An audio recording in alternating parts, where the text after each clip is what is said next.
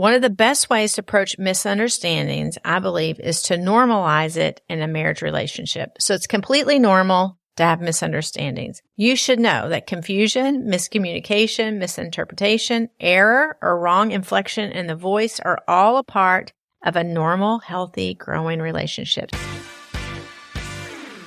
Welcome to the Art of Espousing podcast. Thank you so much for taking time to listen today. We're excited about the content we want to share with you. We believe it's going to be helpful to your marriage practice. Yeah, if you're new or newer to the show, we want you to know that the reason we do this podcast is because we believe that every marriage, including your marriage, can move from mundane to masterpiece level. But we also know personally that a work of art doesn't just appear. It requires intent and practice to be crafted and shaped. So our goal with every episode is to give you the tools to practice that will help your relationship not just survive, but also thrive. That's right. We are empty nesters for 4 full days. That's right. Duval. I'm so excited. Excited for Addie. Right. I want to be clear. We love our kids. I'm That's just true. excited for our season. It was a great send-off to little Ads, mixed feelings, but all in all, we're embracing this new season. That's right. We just helped our youngest daughter, Addie, move into her college dorm this past Friday. Tears? Did you have tears, James? Yes, I did a little heart inside. Yeah.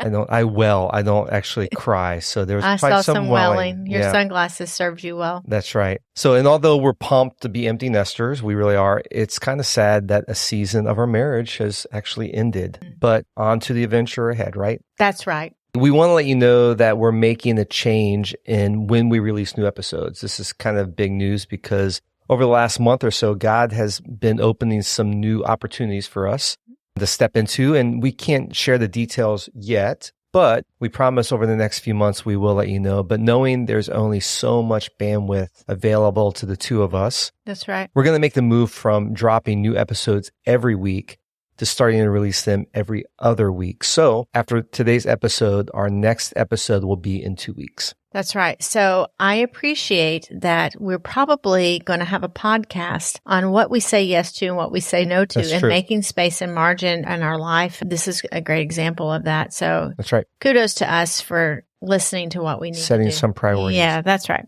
We appreciate you understanding and the support of the Art of Espousing community as we take on these new projects. That's right. So there's several topics in marriage that are always going to be a point of conversation, a point of tension, and an opportunity for growth. So today we're going to be talking about misunderstandings. And I think those are one of the most common challenges. They're threaded throughout our marriage journey. So year 1 and beyond, there are new levels of continued learning to build on. That's right. Misunderstandings can be over the smallest things and can cause the biggest problems. Yep. But they really disrupt the overall atmosphere of our marriage, even if it's small. Bringing about real tensions that, if not processed, can pile up and erode communication and joy. Yeah, that's really so true. And we see that in a lot of relationships, and we've experienced ourselves. Misunderstandings are defined as the failure to interpret or understand something correctly. I think you should repeat that. That is really good. Yeah, misunderstandings are defined as the failure to interpret or understand something correctly. Yeah. So we want to spend today's podcast on getting in front of these misses in communication with some practical ways to avoid misunderstandings and therefore strengthening your marriage. Before we go there, we want to make sure you know about the marriage reboot. This is a 2-day intensive with Lisa and I, where we focus on defining the purpose and vision for your marriage. It's an amazing process that we love taking couples through. It's designed to bring clarity and breakthrough to every aspect of your marriage. We cover it all, and together we will craft plans for each aspect, and will create a solid framework that will help you manage and continually renew your marriage in the future. During this private 2-day experience, you and your spouse will have our undivided attention as your dedicated marriage coaches. We will guide you through a journey of reflection, helping you identify where you've been, define where you are now, and discover where you want to go together. This reboot is designed for marriages in all stages, and we know it'll make a huge difference in your marriage. You can find out more about the reboot at www.artespousing.com/marriage coaching. You can also message us on Instagram, and we'll send you a link to schedule a 30-minute call with Lisa and I to hear more about the reboot. Okay, James, one of the best ways to approach misunderstandings, I believe, is to normalize it in a marriage relationship. So it's completely normal to have misunderstandings. You should know that confusion, miscommunication, misinterpretation, error, or wrong inflection in the voice are all a part of a normal, healthy, growing relationship. So everybody take a deep breath. It's all good. The unhealthy part is to not discuss it or address it, hitting rinse and repeat cycle over and over and circling the same thing. So getting a strategy around them and having a discussion around the typical trip-up patterns in your marriage is the best way to minimize this type of mishap. Yeah, as I think over our years of marriage, there are some usual suspects that cause misunderstandings. When kids are added to the family, we often found ourselves interrupted. Selfishness distorts the reality of a situation, disrupting the ability to be objective. The busyness with schedules or simply the lack of time to communicate all can cause misunderstandings. Absolutely. So as we set up this conversation today, I like to establish two types of misunderstandings. The first is the speaker is not aware they are being misunderstood, right? Right. The second is that the listener is unaware they are not understanding what is intended. Correct. And when those two things happen, or one of those two things happen, or both of them happen at the same time, there's a lot of misunderstanding. And I believe this is foundational as we approach this podcast because it defines the responsibility actually for both the husband and the wife. Whether you're the speaker or you're the listener, and Right. that can flip back and forth, there's responsibility on both sides. Right. And we can be on either side of this, right? So being able to identify if you are the speaker or the listener is important. So let's jump into 10 ways that you can avoid misunderstandings. I can't believe we're going to do 10 things and try to get in this time frame, but we're going to talk about 10 ways you can avoid misunderstandings. You know what? We're going to be brief and brilliant. And then be gone. That's right. So the first one is seek to understand before being understood. This concept's been around a minute, so it's not our original idea. Right. Stephen Covey talks about this in his book, 7 Habits of Highly Effective People, and it's a great thing to keep in mind. The big idea is often we are listening so that we can respond, or we're ready to interject our context, or we're ready to interject our side, instead of listening to understand. I know this in theory, but I don't always practice this type of listening. Often we find ourselves in a situation where we're listening, gathering information just so that we can respond. And it may be well-intended, but we're actually not listening to the other person. Yeah, it really requires restraint in interrupting or jumping to conclusions, but allowing the person to finish a thought, right? What? No, I was trying to. Yeah, I hear you. We want to let them finish the thought before responding and being curious. We want to ask questions for clarification on details, but more importantly, questions to learn more about how they felt or they feel, right? That's good. So let's jump to the second way of avoiding misunderstandings. That is to use I statements instead of you statements. I statements help not to escalate the misunderstanding.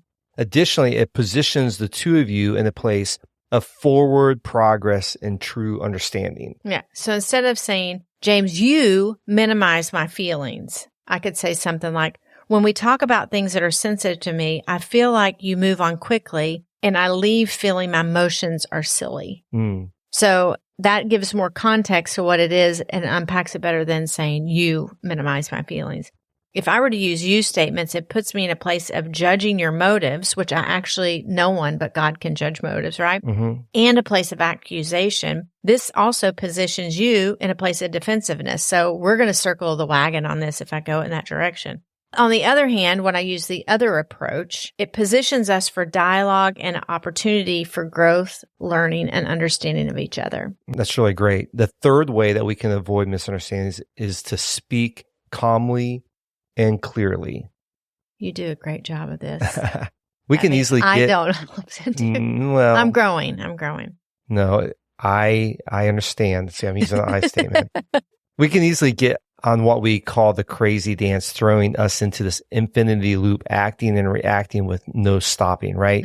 Speaking calmly is a great way to end the crazy dance. Literally, breathe deeply, gather your emotions and thoughts so that you can speak clearly. Our words can be implicit or explicit. Implicit means they implied but not plainly expressed, versus explicit, stated clearly and in detail, leaving no room for confusion or doubt.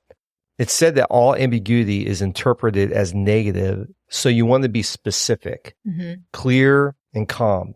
Be mindful to not generalize, but give an example that is more benign. Yes. So if I see a pattern in our communication or misunderstanding, I wait until I find the most benign illustration of that instead of a highly hot topic that I know is going to cause us to get on that crazy dance. Right. So I'll speak for myself here. Clearly, I'm a verbal processor. I have lots of words and can have the tendency to use broad generalizations. So in an effort to be specific and straightforward, I will try to identify, like I said, a not so emotional example to highlight so it keeps the point concise and clear.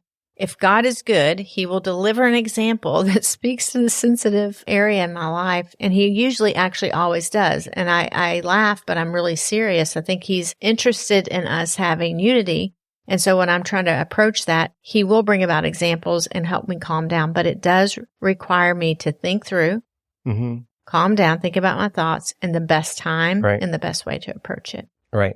Yeah, sometimes just pausing, taking a breath, and not being heated or not being upset and just allowing your emotions to calm is a big thing. Yeah, because I normally am not quiet.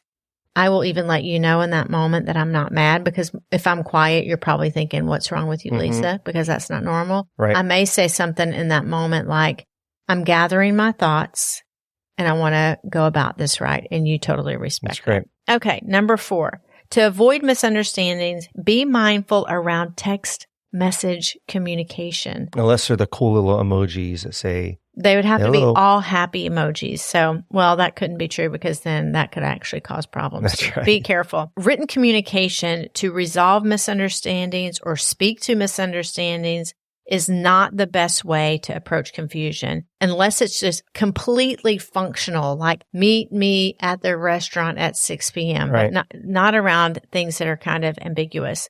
We often follow the rule that text message are for functional purposes and not communications around feelings. Right. So function, not feelings. So an example would be if you're in the middle of a miscommunication and you're not together and you have the desire to text, I would say something like, I'm sorry for this misunderstanding. I would love to process this more when we are in person so it wouldn't increase confusion. Right. Simple statement. I'm going to address it, but this isn't the place. Right.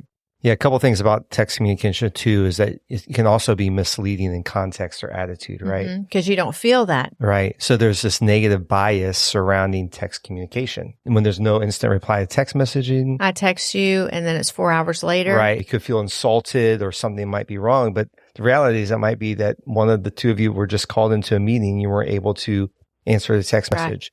You know, using emojis or a lack thereof, or something as simple as offering that's great or fantastic versus okay. That's right. Well, this is where I'm talking about.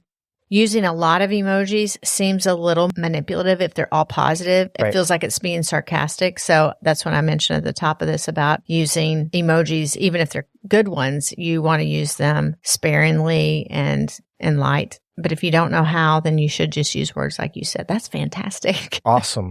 Yeah. So be careful with text messaging or written communication when you're trying to communicate, because it's definitely an opportunity for misunderstanding. Absolutely. So a fifth way to avoid misunderstandings is to say no to BCD. That's right. I love this. It's not, BCD is, a fun TLA, right? That's right. I love TLAs. You like TLAs? You do love TLAs. 3-letter acronyms. Just so you know, all people know, all listeners know, your TLAs make me crazy. So BCD means avoiding the compulsion to blame, complain, or defend. In our flesh, we will fall into this well-worn groove without effort. And any misunderstanding requires the courage to own your part in the misunderstanding and offer a way to move forward to avoid it happening again in the future, right? That's right. And so for the spouse who owns it, if I'm owning it, it's important, James, for you to receive it, acknowledge it, but not bring it back up to me in future conversations, because that's going to shut down me owning it. I was just working with a wife the other day, and she is afraid to own things because he brings it back up. And so it's very important as you're building these skills around these practices around avoiding misunderstandings, is that when your spouse owns it, allow them to own it and don't bring it back up, especially if you want to grow and build. Right. So don't blame the other person you did or somebody it, else. Or someone else. Don't complain, right? Like, well, I just don't have the help or whatever. and don't defend. Mm-hmm. Don't make an excuse for something that maybe you're responsible for. That's right. Can I give one thing about the defend? Because I do feel like there's sometimes we need to give context. Mm-hmm. So, but I still would listen to the whole thing completely. And I may have to revisit later of like, I would love to give you context of how that happened. And or in the moment, I may ask, or we may ask one another, is it okay if I give a little bit of context around that decision? Mm-hmm. But it still is a very sensitive thing to do. But there are times that you should give context. Yeah, I always talk with team members. There's a difference between an excuse and an explanation. Right? Look at that. Yeah. That's good. Yeah. Okay. Moving on. The sixth way to avoid misunderstanding is by bringing clarity around your schedule. Oh man, your calendar can be a major issue of misunderstanding, right? Dinner dates, soccer games, time commitments have been a source of many misunderstandings in marriage relationship. There's some simple common tools that you can use to support clarity of schedules and stacking hands in agreement. They're free and easy. It's a Google Calendar or some type of shared calendar, and it can even be hard copy, whatever you need to get on the same page. And a glance ahead at the top of the week to firm up commitments and time. So come Sunday, you and I are looking at the week ahead. We're looking at evenings, and we're confirming that our calendar matches and what time we're leaving. If there's any kind of, are we riding together? All those things to eliminate that kind of misunderstanding. This is difficult for those of you who are not oriented to scheduling. We have just met with 2 Enneagram 7s. Right. And they do not like schedules or restraint. And so they're going to lean into this. And one of their action items coming out of the reboot was to go find a paper calendar to put on the refrigerator so they could know what was going on in each other's life. What the cuss is going on. Yes. Right. So, but then we gave them the freedom. You can change it. Right. You're allowed to change it, but you at least need to have it down so that you know what's going on. We'd encourage you, if you're like this, is to come halfway, especially if it's a pain point of misunderstanding. Because this is the deal. If the misunderstanding is greater than the joy of your carefree calendar, get a calendar. That's right. Yeah. The 7th way to avoid misunderstanding is mind your body language. This is a big one. Yes. Any confessions, James? No. Okay. So take inventory of your stance of your body as a misunderstanding. So take inventory of the stance of your body as the misunderstanding is taking place. So you're in misunderstanding. Evaluate your face, your arms, your shoulders. Your body is your foot stepping back. You want to evaluate all of this. Be sure to engage with eye contact and focus. Phones are down. Apple Watch isn't coming up and checking it out. There's no text message that's more important than this eye lock. Yeah. I actually just finished a book called Cues that has all to do about how we cue each other through our body language. And can you put that in the show notes? I will. It's a great book, and it talks about like warm cues and competent cues and things that are like danger zone, things you shouldn't do. I remember recently we were working with one couple, and our first interaction with them, every time one of them spoke, the other one rolled their eyes. It's just like, oh, okay, that could be a problem for communication. Yes. If the spouse is seeing that, it's going to cause miscommunication. Spoke something beyond what the words were saying. So let them mind the body language. You know, the other thing is some of this comes more natural to people than other people. So it's okay. But that book really would be helpful for you if you are the person, the spouse who doesn't realize that you're sending messages in this way. Right. So the 8th way to avoid miscommunications is a tool that we've taught on before called the 5 gears. Mm-hmm. And we encourage you to go back and listen to this episode. We'll put the episode in the show notes. Basically, there's kind of 5 mindsets that we can be in as individuals, whether that's like kind of focus mode or multitasking mode, connect gear or the intimacy gear or recharge gear, right? Right. And if we're not in the same gear trying to communicate, we can be grinding gears and cause misunderstanding and not really be able to connect with one another. This is a huge tool. And again, encourage you to go in the show notes. We're going to put that episode in there so you can go back and listen to it because this will really change your communication. And one of the hardest gears is really the reverse gear, right? Right. Being able to go back when you've blown it or you've said something wrong or you can miscommunicated and say, hey, I'm sorry. That's a hard gear, but it's being able to get in that gear at the right time to make communication work. That's right. So we have 2 last ways to avoid misunderstanding. I'm going to give them to you pretty quick. James, are you ready? I'm ready. Okay. number 9 is practice patience. Just be patient as you're learning to navigate through misunderstandings. Give grace. Don't rush or force people to respond, either of you to respond immediately, because it can lead to further misunderstandings. This is why in patience, you can practice the pause. You can always say, can I circle back around? That's right. And can we discuss this later, so that you both have time to gain composure? And the last, number 10, is the Mac Daddy of all of them. That's right. Is pray together. Our founding pastor at our church always said, it's hard to be in conflict with your spouse, or it's hard to be mad at them when you pray with them. That's right. And so you want to conclude your conversation of a misunderstanding, or if actually you're going to table it and talk about it later, is just one of the two of you initiate. And women, don't be afraid to initiate and hold grudge that your husband should initiate. Right. And husbands, don't be irritated if your wife initiates. Right. But one of the two of you just pray. And it could be simple as, God, you want us to be in unity. We need the power of the Holy Spirit to help us stay in unity. In Jesus' name. That's right. Please help us. Help us. So that's our 10. Good. I love it. So we love to hear your thoughts and answer questions you have about what we shared today. You can email us at hello@artofspousing.com, or you can direct message us on Instagram at artofspousing. Thanks again for listening. If you found this episode helpful, please let friends know by sharing it with them. You can also help other people find the podcast by rating the podcast and leaving us a review. You will not want to miss the next podcast. We have Travis and Adele Graham of The Noble Marriage with us. We'll be talking about how they overcame infidelity in their marriage and the devastating impact that pornography can cause in a marriage relationship. Now they have a beautiful relationship. It's going to be a great podcast. They are amazing. You won't want to miss it. Yeah. So have a great week, and we'll see you next time on the Art of Spousing podcast. Until then, bye-bye.